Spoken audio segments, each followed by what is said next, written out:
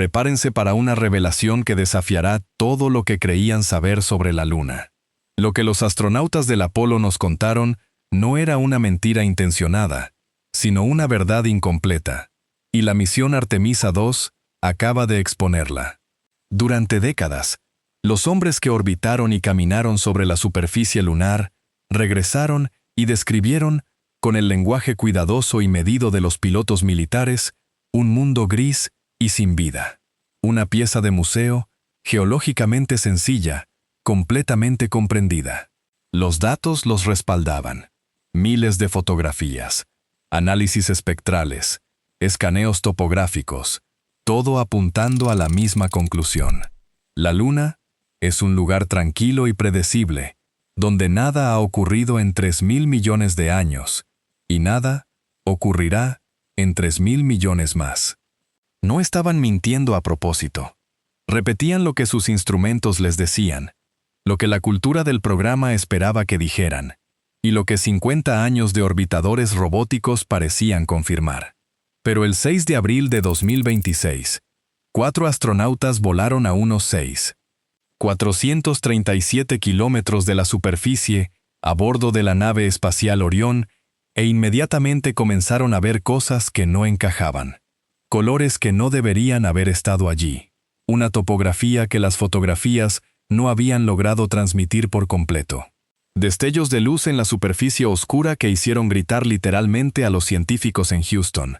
Y un brillante patrón arremolinado, visible desde la Tierra con un telescopio de patio trasero, que después de 4 siglos de observación, aún no tiene una explicación confirmada.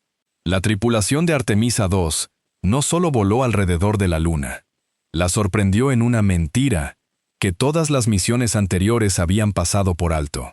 Reed Wiseman, Victor Glover, Christina Koch y Jeremy Hansen pasaron 7 horas orbitando la Luna a bordo de la nave espacial Orión, bautizada como Integrity por la tripulación.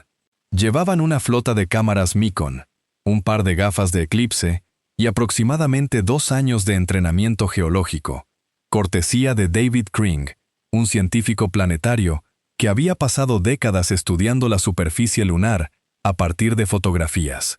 Kring los había entrenado para buscar características específicas, gradientes de color particulares y pistas estructurales que las cámaras orbitales pueden capturar, pero no interpretar de la misma manera que un ojo humano entrenado. La distinción importa más de lo que cabría esperar. Una cámara registra la luz. Un cerebro conectado a un par de ojos nota cuando algo está mal. La tripulación trabajaba por turnos. Debido a que el espacio de la ventana en la cápsula Orión es limitado, solo 2 astronautas podían observar a la vez. Así que rotaban en parejas, cada equipo tomando entre 55 y 85 minutos en las ventanas, antes de intercambiar con la otra pareja que había estado haciendo ejercicio o trabajando en otras tareas.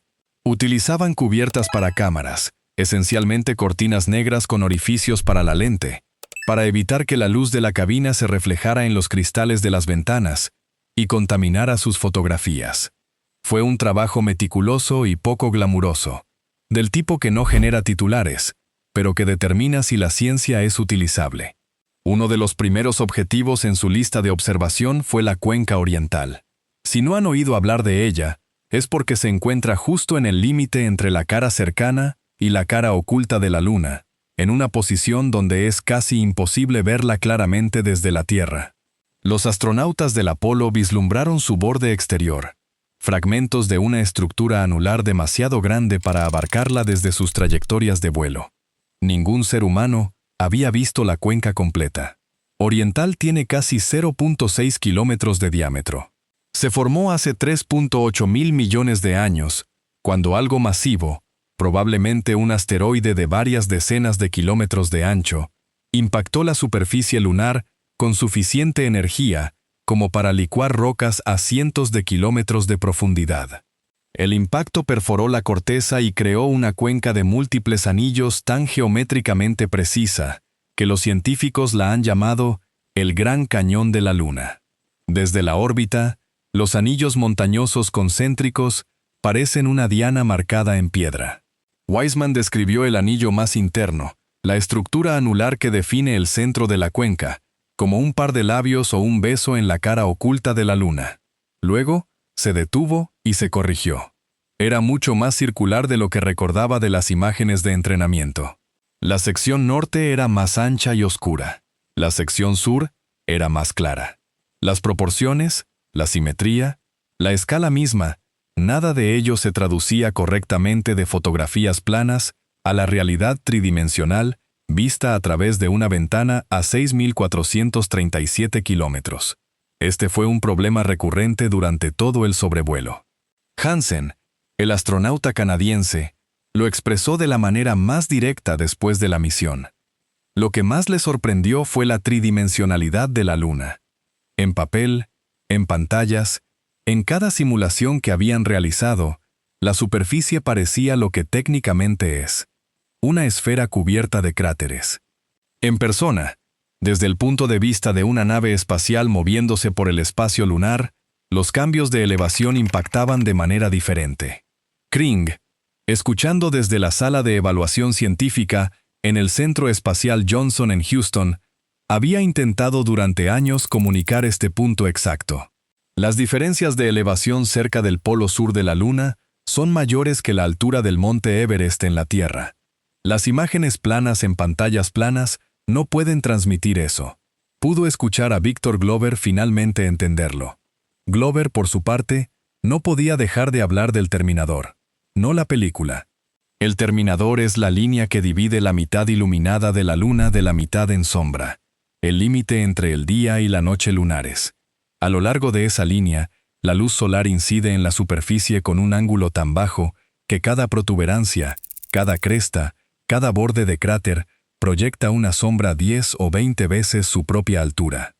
Glover lo llamó lo más accidentado que había visto desde una perspectiva de iluminación.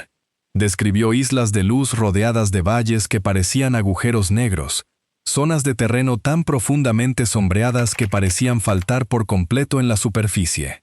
Kelsey Young, la líder científica lunar de la misión, le dijo después que esas observaciones, la forma en que describió la interacción de luz, profundidad y estructura, eran exactamente el tipo de contribución que los ojos humanos aportan y que ninguna cámara puede replicar por sí sola.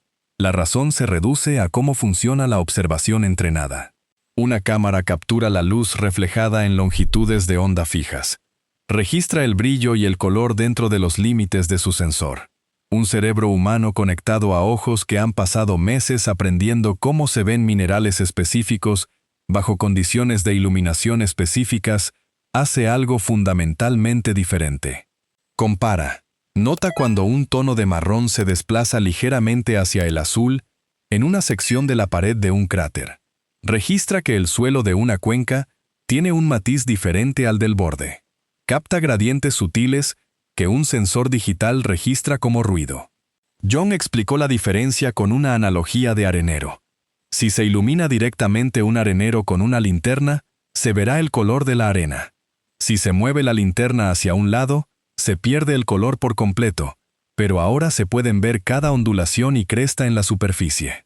La tripulación de Artemisa 2 pudo observar ambos efectos en secuencia a medida que la nave espacial avanzaba en su trayectoria de sobrevuelo, viendo el mismo terreno bajo ángulos de iluminación cambiantes, captando detalles de color y detalles topográficos que nunca antes habían sido observados juntos por ojos humanos. Los colores que reportaron no eran lo que nadie esperaba. La tripulación describió tonos de marrón y verde en la cara cercana de la Luna, variaciones de color distintas a través de las paredes de los cráteres y las llanuras de lava. Estas variaciones corresponden a la composición mineral. Los depósitos de hierro y titanio en el suelo lunar producen cambios sutiles en la reflectividad que parecen casi idénticos en las fotografías orbitales, pero se separan en matices distintos cuando se ven directamente.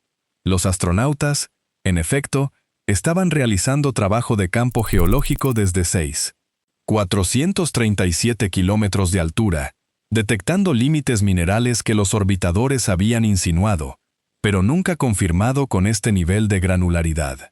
Luego estaba Rainer Gamma. Rainer Gamma es una de las características más extrañas de cualquier cuerpo del sistema solar, y estaba en la lista de observación de la tripulación específicamente porque nadie entiende qué es. Se encuentra en Oceanus Procellarum, en la cara cercana. Un brillante patrón arremolinado se extiende a lo largo de aproximadamente 60 kilómetros de una llanura de basalto, por lo demás oscura. Visto por primera vez a través de telescopios primitivos en el siglo XVII, fue inicialmente identificado erróneamente como un cráter. Observaciones detalladas desde la órbita finalmente demostraron que no proyecta sombra, no tiene topografía alguna, es completamente plano. El patrón en espiral es puramente una característica de albedo, una diferencia en la cantidad de luz que la superficie refleja, pintada sobre un terreno que es físicamente idéntico a su entorno. Lo que hace que Reiner Gamma sea realmente extraño es lo que se encuentra debajo. El remolino está ubicado junto a una anomalía magnética, una bolsa de roca magnetizada en la corteza lunar que genera un campo magnético localizado lo suficientemente fuerte como para formar una mini-magnetosfera que se extiende 360 kilómetros a través de la superficie. La Luna no tiene un campo magnético global. Lo perdió hace miles de millones de años, cuando su núcleo se enfrió. Pero dispersos por la corteza, quedan estos remanentes, campos magnéticos fósiles, encerrados en rocas, que se solidificaron cuando la Luna aún tenía una dinamo funcional. El campo de Reiner Gamma es lo suficientemente fuerte como para desviar las partículas del viento solar entrante. Y la teoría principal es que esta desviación es exactamente lo que creó el remolino. El viento solar, esa corriente constante de partículas cargadas del Sol, oscurece lentamente el suelo lunar expuesto durante cientos de millones de años a través de un proceso llamado meteorización espacial. Donde el campo magnético protege la superficie, el suelo permanece brillante. Donde el campo tiene huecos o cúspides, las partículas del viento solar se concentran y oscurecen el suelo aún más rápido de lo normal. El resultado es un patrón de carriles claros y oscuros que traza la forma del propio campo magnético, como una línea de bronceado en la piel que estaba parcialmente cubierta por una pieza de tela de forma extraña. Excepto que no funciona del todo. La anomalía magnética no se alinea perfectamente con las estructuras geológicas que la rodean. A diferencia de características similares en otras partes de la Luna, que se encuentran exactamente en el lado opuesto del globo de las principales cuencas de impacto, Reiner Gamma no tiene un origen de impacto correspondiente. Una hipótesis es que un cometa golpeó la superficie y de alguna manera la magnetizó durante la colisión. Otra sugiere un disco elíptico enterrado y uniformemente magnetizado debajo de la superficie, posiblemente de un impacto extremadamente oblicuo que rozó la Luna en un ángulo poco profundo. Una tercera teoría propone que las finas partículas de polvo levantadas por impactos de micrometeoritos fueron clasificadas por el campo magnético local en el brillante patrón de remolino. Ninguna de estas hipótesis ha sido confirmada. Una futura misión llamada Luna Vertex, dirigida por el Laboratorio de Física Aplicada de Johns Hopkins, planea aterrizar directamente en Reiner Gamma y conducir un rover a través de ella para medir el campo magnético y las propiedades del suelo a nivel del suelo. Hasta que esa misión vuele, Reiner Gamma sigue siendo una de las preguntas genuinamente abiertas de la Luna. La tripulación de Artemisa 2 la observó como parte de su sobrevuelo por la cara cercana, notando su brillo contra el mare circundante. Sus fotografías y observaciones de color se compararán con datos orbitales para ver si la detección del ojo humano revela gradientes o límites que los instrumentos pasaron por alto. Es un punto de datos en una investigación mucho más amplia, pero es la primera vez que observadores humanos entrenados han mirado Reiner Gamma desde el espacio lunar en más de medio siglo, y la primera vez que alguien la ha mirado con la intención específica de mapear la variación de color y albedo a esta resolución. A mitad del sobrevuelo, la Luna pasó entre la nave espacial y el Sol. Desde la perspectiva de la tripulación, el Sol se deslizó detrás del disco lunar y desapareció. La corona, la atmósfera más externa del Sol, floreció alrededor del borde de la Luna en un anillo de luz blanca fantasmal. Desde la Tierra, Un eclipse solar total dura unos pocos minutos como máximo, porque la luna y el sol parecen casi del mismo tamaño en el cielo. Desde 6.437 kilómetros detrás de la luna, la geometría es completamente diferente. La luna estaba lo suficientemente cerca y era lo suficientemente grande como para bloquear el sol durante casi 54 minutos, casi una hora de totalidad. Ningún ser humano había presenciado un eclipse solar desde este punto de vista. La tripulación se puso gafas de eclipse durante las fases parciales, convirtiéndose en las primeras personas en usar visores de eclipse en la luna. Una vez que comenzó la totalidad, se quitaron las gafas y miraron directamente la escena. Wiseman lo calificó como una experiencia absolutamente espectacular y magnífica. Las fotografías que tomaron durante la totalidad muestran el disco lunar oscuro rodeado por un halo brillante. La comunidad científica de la NASA todavía está investigando ese halo. La suposición inicial era que se trataba de la corona solar, pero el análisis preliminar sugiere que puede incluir contribuciones de la luz zodiacal, el tenue resplandor causado por la luz solar que se dispersa en las partículas de polvo interplanetario esparcidas a lo largo del plano del sistema solar. Distinguir entre los dos a partir de estas imágenes podría proporcionar datos sobre la distribución del polvo en el sistema solar interior, una medición extremadamente difícil de realizar desde la superficie de la Tierra. Las estrellas aparecieron. Venus, Marte, Saturno, Mercurio, todos visibles junto a la corona, que normalmente está eclipsada por el brillo del Sol, pero que ahora era la única fuente de luz directa. El brillo de la Tierra iluminaba la cara cercana de la superficie lunar con un pálido resplandor reflejado. Luz solar rebotando en nuestro planeta y aterrizando suavemente en la luna. Glover comparó los chorros solares que irradiaban de la corona con el foco de luz en la parte superior del Hotel Luxor en Las Vegas. Luego inmediatamente se retractó. Esto se parece a lo que aquello quiere ser cuando crezca. Y luego, en la oscuridad, la luna comenzó a destellar. 6 veces durante el eclipse, la tripulación vio breves puntos de luz blanca a blanco azulado aparecer en la superficie lunar oscurecida. Cada destello duró menos de 1 milisegundo. Wiseman dijo que eran tan rápidos como el obturador de una cámara abriéndose y cerrándose. Los destellos eran impactos de meteoroides. Pequeñas rocas, más grandes que el polvo, pero más pequeñas que una roca, que se estrellaban contra la superficie a decenas de miles de kilómetros por hora y se vaporizaban al contacto. En la Tierra, objetos de ese tamaño se queman en la atmósfera mucho antes de llegar al suelo. En la Luna, no hay nada que los ralentice. Cada partícula que se acerca a la superficie llega a toda velocidad y deja una cicatriz permanente. En la sala de evaluación científica del Centro Espacial Johnson, la reacción fue inmediata. Kelsey Young reportó gritos audibles de deleite de los científicos que monitoreaban las observaciones de la tripulación. No esperaban que los astronautas vieran tantos impactos. La tripulación había sido entrenada para buscarlos, informada sobre lo que podrían ver, pero la expectativa era tal vez 1 o 2 destellos si tenían suerte. 6 fue extraordinario.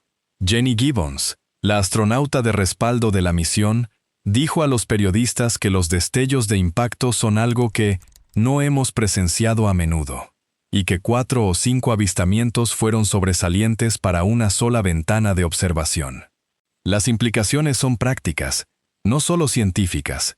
Si la NASA tiene la intención de construir una base permanente en la superficie lunar, que es el objetivo declarado del programa Artemisa, entonces la frecuencia y la distribución del tamaño de los meteoroides entrantes importan enormemente. En la Tierra, la atmósfera proporciona un escudo que desintegra los pequeños impactadores antes de que se conviertan en una amenaza. La Luna no tiene tal escudo. Una roca del tamaño de una canica que viaja a 64.000 kilómetros por hora tiene suficiente energía cinética para perforar la pared de un hábitat.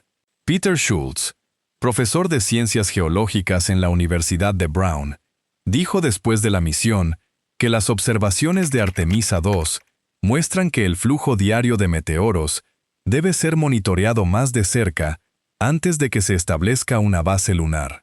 Comprender la tasa de impacto, el rango de tamaño de los objetos y la distribución geográfica de los impactos no es ciencia abstracta. Son datos de ingeniería para mantener a la gente viva. Los equipos de tierra de la NASA ahora están trabajando para correlacionar las observaciones visuales de la tripulación con los datos del orbitador de reconocimiento lunar, que estaba orbitando la Luna al mismo tiempo. Antes del lanzamiento, la NASA también había invitado a científicos ciudadanos de todo el mundo a monitorear la Luna con telescopios de patio trasero y registrar cualquier destello de impacto que detectaran, específicamente para que esas observaciones terrestres pudieran compararse con lo que la tripulación vio desde el otro lado. La referencia cruzada de esos conjuntos de datos, ojos humanos a 6.437 metros, cámaras robóticas a 100 kilómetros y telescopios aficionados a 386.000 kilómetros, producirá la imagen más completa de la actividad de impacto lunar jamás reunida desde una única ventana de observación. La tripulación también fotografió la región del Polo Sur en detalle. Esto es importante porque el Polo Sur es donde la NASA quiere aterrizar astronautas en futuras misiones Artemisa. El área está marcada por cráteres permanentemente sombreados que se cree que contienen hielo de agua, un recurso que podría ser crítico para la presencia humana sostenida. También es mucho más accidentada y peligrosa que las regiones ecuatoriales donde aterrizaron los astronautas del Apolo. Las fotografías de Artemisa 2 del terreno del Polo Sur, tomadas desde ángulos y condiciones de iluminación que las cámaras orbitales no siempre capturan, ayudarán a los planificadores a evaluar posibles lugares de aterrizaje con un nivel de contexto que los datos por sí solos no pueden proporcionar. Al noroeste de Oriental, la tripulación observó la cuenca de Hertzsprung, un cráter de casi 0.4 kilómetros de ancho en la cara oculta. Hertzsprung es más antiguo que Oriental, y esa edad se puede ver en su estructura. Mientras que los anillos de Oriental son nítidos y geométricamente limpios, los de Hertzsprung han sido golpeados y erosionados por miles de millones de años de impactos posteriores. Su doble anillo de montañas todavía es visible, pero degradado, suavizado, perforado en algunos lugares por cráteres más nuevos que aterrizaron sobre la herida más antigua.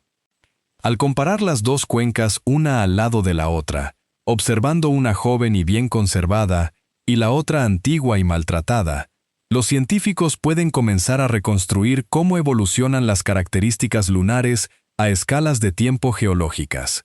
Las fotografías de la tripulación de los anillos concéntricos de Hertzsprung, capturadas bajo una iluminación de ángulo bajo que enfatiza la topografía desgastada, se encuentran entre las primeras observaciones humanas directas de esta estructura. En la cara cercana, antes de que la nave espacial girara hacia la cara oculta, la tripulación también observó el cráter Glushko, un sitio de impacto brillante de 0.027 kilómetros de ancho, conocido por las vetas blancas que irradian hacia afuera desde él hasta 0.5 kilómetros, a través de la superficie oscura del mare. Esos rayos son eyecciones, material expulsado durante el impacto y depositado en largas vetas que aún no han sido oscurecidas por la meteorización espacial. Su brillo indica a los científicos que el cráter es relativamente joven según los estándares lunares, aunque joven, en la Luna todavía significa decenas o cientos de millones de años. A lo largo de la ventana de observación, la tripulación también buscó escarpes lobulados, crestas bajas en la superficie, que son la expresión visible de fallas tectónicas. Estas fallas se formaron relativamente recientemente en términos geológicos, causadas por el enfriamiento lento del interior de la Luna y la contracción de todo el cuerpo como una fruta que se seca. Los escarpes son fuentes potenciales de sismos lunares, y comprender dónde están y cuán activos podrían ser es fundamental para decidir dónde construir estructuras que necesiten sobrevivir durante años o décadas. 7 horas después de que se abriera la ventana de observación, se cerró. La tripulación empacó sus cámaras y comenzó el viaje a casa. Llevaron consigo aproximadamente 10.000 fotografías, horas de descripciones verbales grabadas y un conjunto de observaciones que los científicos del Centro Espacial Johnson todavía están procesando semanas después. El sobrevuelo no implicó un aterrizaje. Nadie caminó sobre la superficie.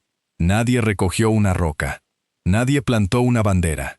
Lo que hizo la tripulación de Artemisa 2 fue algo más silencioso y, en cierto modo, más importante. Miraron cuidadosamente, sistemáticamente, con ojos entrenados e instrumentos calibrados. Miraron la luna de la misma manera que un geólogo mira un afloramiento. No por el panorama general, sino por los detalles que no encajan, los colores que cambian donde no deberían, las sombras que revelan lo que las imágenes planas ocultan. Los destellos de luz que te dicen que la superficie está bajo un asalto constante de objetos que no puedes ver hasta que impactan. Durante 53 años, estudiamos la luna a través de pantallas. La analizamos a través de algoritmos. La mapeamos con láseres, radares y espectroscopios. Y construimos un modelo de un mundo tranquilo, predecible y completamente comprendido. La tripulación de Artemisa 2 pasó 7 horas demostrando que ese modelo está incompleto. Los colores son incorrectos, o al menos más complejos de lo que nuestros instrumentos sugerían. La topografía es más dramática de lo que transmiten las fotografías. La superficie está siendo remodelada por impactos con más frecuencia de lo esperado, y una de las características más visibles en la cara cercana, un brillante remolino que se puede ver desde el patio trasero con un telescopio decente, sigue siendo un misterio genuino que nadie puede explicar. La Luna es lo más cercano a nosotros en el espacio. Está a 386.000 kilómetros de distancia. La hemos estado mirando desde antes de que fuéramos humanos. Y después de todo ese tiempo, después de todas esas misiones y todos esos datos, 4 personas volaron allí con cámaras y sus propios ojos. Y lo primero que notaron fue cuánto nos perdimos. Las fotografías aún se están procesando. 10.000 imágenes, la mayoría de ellas aún no publicadas. Las descripciones verbales que la tripulación transmitió por radio durante el sobrevuelo están siendo transcritas y cotejadas con conjuntos de datos orbitales. Las observaciones de destellos de impacto se están comparando con los datos del orbitador de reconocimiento lunar y las grabaciones de ciencia ciudadana de telescopios de patio trasero de todo el mundo. Llevará meses, posiblemente años, analizar por completo lo que produjeron 7 horas de observación humana. Y cuando Artemisa 3 aterrice astronautas en la superficie, esas tripulaciones llevarán consigo cada lección, cada punto de datos y cada descubrimiento inesperado que la tripulación de Artemisa 2 trajo de su sobrevuelo. No como recuerdos, sino como información de supervivencia. Pensábamos que conocíamos la Luna. Teníamos los datos para probarlo. Resulta que esos datos eran solo un borrador.